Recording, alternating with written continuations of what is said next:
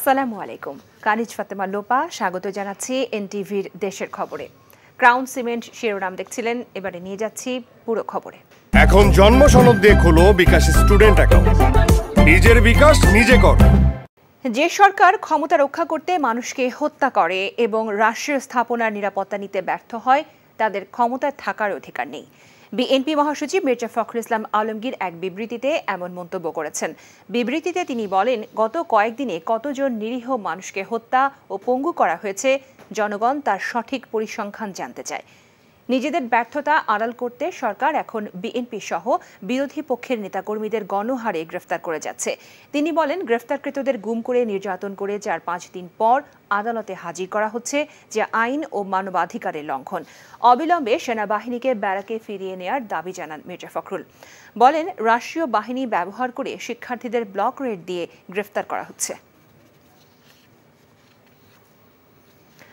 বাজারে দফায় দফায় বাড়ছে চালের দাম। নতুন করে কেজিতে 2 টাকা বেড়েছে প্রায় সব ধরনের চালের।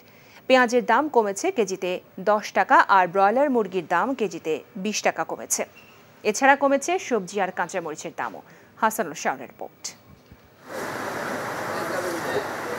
ঢাকার একটি মহল্লায় কাঠমিস্ত্রির কাজ করেন আব্দুল হালিম। চালের বাজারে এসে হিসেব মেলাতে হিমশিম খেতে হচ্ছে তাকে, কারণ সব ধরনের চালের দামই বাড়তি। চালের দাম তো বাড়তি এখন দেখতেছি। আমি তো কমের মধ্যে আসছিলাম, তা তো আর কম তো দেয় না। আগে 52 টাকা কিনছি, এখন হলো 54 টাকা পড়তেছে। মিনিকেট বিক্রি হচ্ছে 70 থেকে 72 টাকায়, আটাশ 55 টাকা, আর স্বর্ণার কেজিও এখন 50 টাকায় ঠেকেছে। মেলে জিজ্ঞেস করলে ওনারা ধানের দাম বেশি, আসলে কতটুকু বেশি এটা ক্ষতি দেখলে ভালো হয় সরকার। আর বিশেষ করে দেশে পর্যাপ্ত পরিমাণ ধান চাউল আছে, এখন কোনো বাড়ার কোনো প্রশ্নই উঠে না। তবে সাম্প্রতিক অচলাবস্থার সময়ে সরবরাহের ঘাটতির কারণে বেশিরভাগ সবজির দাম আকাশ ছুঁয়েছিল। এখন সেই চড়া দাম কমতে শুরু করেছে। 50 থেকে 80 টাকার মধ্যেই মিলছে বেশিরভাগ সবজি। এছাড়া কাঁচামরিচের দামও কমেছে, কেজি এখন 120 থেকে 180 টাকা। একদম অতিরিক্ত মাল আছে, এমন আওয়া আইছে যে মাল কারোর মধ্যে এক সপ্তাহ না আসলেও সমস্যা নাই। একটু সাশ্রয়ী মূল্যে কিনতে পারতেছি, কিন্তু এই ভালো লাগাটা অব্যাহত থাকতো যদি সারা বছর এই দামে কিনতে পারতাম। কমেছে পেঁয়াজের দামও, দেশি পেঁয়াজের কেজি এখন 110 টাকা। এছাড়া সব ধরনের মুরগির দামই কমতির দিকে। ব্রয়লারের কেজি এখন 180 টাকা, আর সোনালির কেজি মিলছে 290 টাকায়। লোকজন বাইরে যেতেছে কম, বিক্রি অনেক কম, কিনতেছি কম, এই জন্য একটু দামও কম। এছাড়া রাজধানীতে ফার্মের মুরগির বাদামি রঙের ডিমের ডজন বিক্রি হচ্ছে 145 থেকে 150 টাকায়। Hasanul Shaon, NTV news, Dhaka. ইলিশের সরবরাহ বাড়ায় কর্মচাঞ্চল্য ফিরেছে দেশের অন্যতম ইলিশের বাজার চাঁদপুর বড় স্টেশন মাছঘাটে। প্রতিদিন 500 থেকে 600 মণ ইলিশের বেচাকেনা হচ্ছে এখানে। তবে চলমান কারফিউয়ের কারণে গত কয়েকদিন মাছঘাটে আসা ইলিশ দেশের বিভিন্ন জেলায় পাঠাতে পরিবহন সংকটে পড়েছেন ব্যবসায়ীরা। চাঁদপুর থেকে শরীফুল ইসলামের পাঠানো রিপোর্ট। হাঁকডাকে সরগরম চাঁদপুরের বড় স্টেশন মাছঘাট। প্রচুর ইলিশ এসেছে হাটে, জমজমাট বেচাকেনা। মৌসুমের শুরুতে ইলিশের দেখা না মিললেও এখন চাঁদপুরের পদ্মা মেঘনা নদীতে জেলেদের জালে ধরা পড়ছে ঝাঁকে ঝাঁকে ইলিশ। 65 দিনের মাছ ধরার নিষেধাজ্ঞা উঠে যাওয়া চাঁদপুরের মাছঘাটে মনে মনে ইলিশ আসতে শুরু করেছে। বর্তমানে কারফিউ কিছুটা শিথিল থাকায় ক্রেতারাও আসছে মাছঘাটে। আজকে ইলিশের সরবরাহ কিছুটা বেড়েছে, দামও কিছুটা কমেছে, তবে আমাদের প্রত্যাশা অনুযায়ী দাম কমেনি। যতটা মাছ ধরা পড়তেছে ওই অনুযায়ী আপনার দাম কিছুটা বাড়তি। তবে ব্যবসায়ীদের অভিযোগ, কারফিউর কারণে পরিবহন সংকটে অন্যান্য জেলাগুলিতে ইলিশ পাঠানো সম্ভব হয়নি। সরবরাহ বাড়বে তখন দামও কমে আসবে বলে জানান এই ব্যবসায়ী নেতা। কারফিউ জারি যদি অব্যাহত উঠিয়ে নিয়ে যায় তাহলে আমাদের মাছটা বাড়বে এবং মোটামুটি মনে করেন না কাস্টমারও বাড়বে। আমাদের বিজনেসের এখন মূল একদম অ্যাক্টিভিটিটাই হচ্ছে অনলাইন কেন্দ্র। এই কারফিউর জন্য আসলে বেচা কিনা খুব ডিস্টার্ব হইতেছে।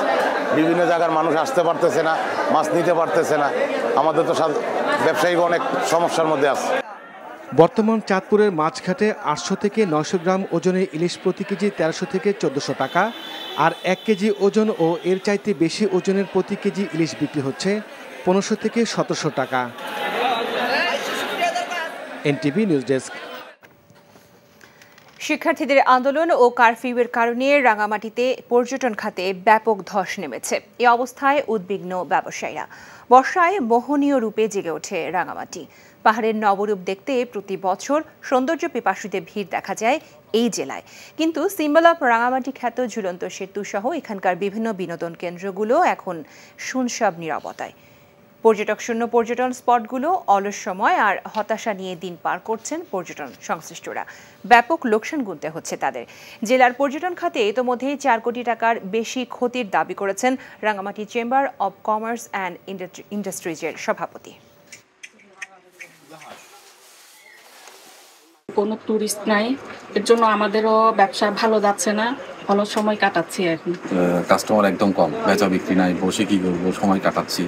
উদ্ভূত পরিস্থিতির কারণে রাঙ্গামাটি পার্বত্য জেলায় পর্যটন খাতে এবং পর্যটন সংশ্লিষ্ট যারা আছে সবকিছু মিলিয়ে প্রায় 4 কোটি টাকার উপরে এখানে ক্ষতি হয়েছে। এখন জন্ম সনদ দিয়ে খোলো বিকাশ স্টুডেন্ট অ্যাকাউন্ট।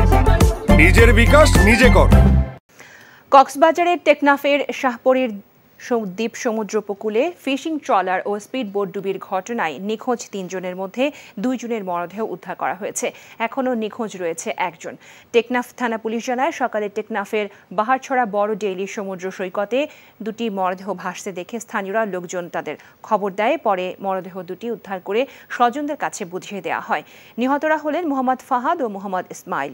2 জনই সেন্ট মার্টিনস দ্বীপের কোনারপাড়ার বাসিন্দা ছিলেন। গত বুধবার সেন্ট মার্টিনস দ্বীপ যাওয়ার পথে সাগরের গোলারচর মোহনায় একটি ফিশিং ট্রলার ডুবে যায়।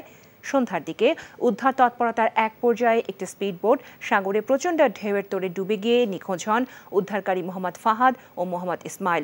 ট্রলারের যাত্রী নূর মোহাম্মদ শওকত এর খোঁজ এখনো পাওয়া যায়নি।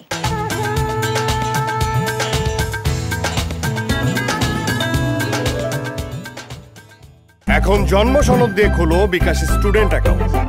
নিজের বিকাশ নিজে কর।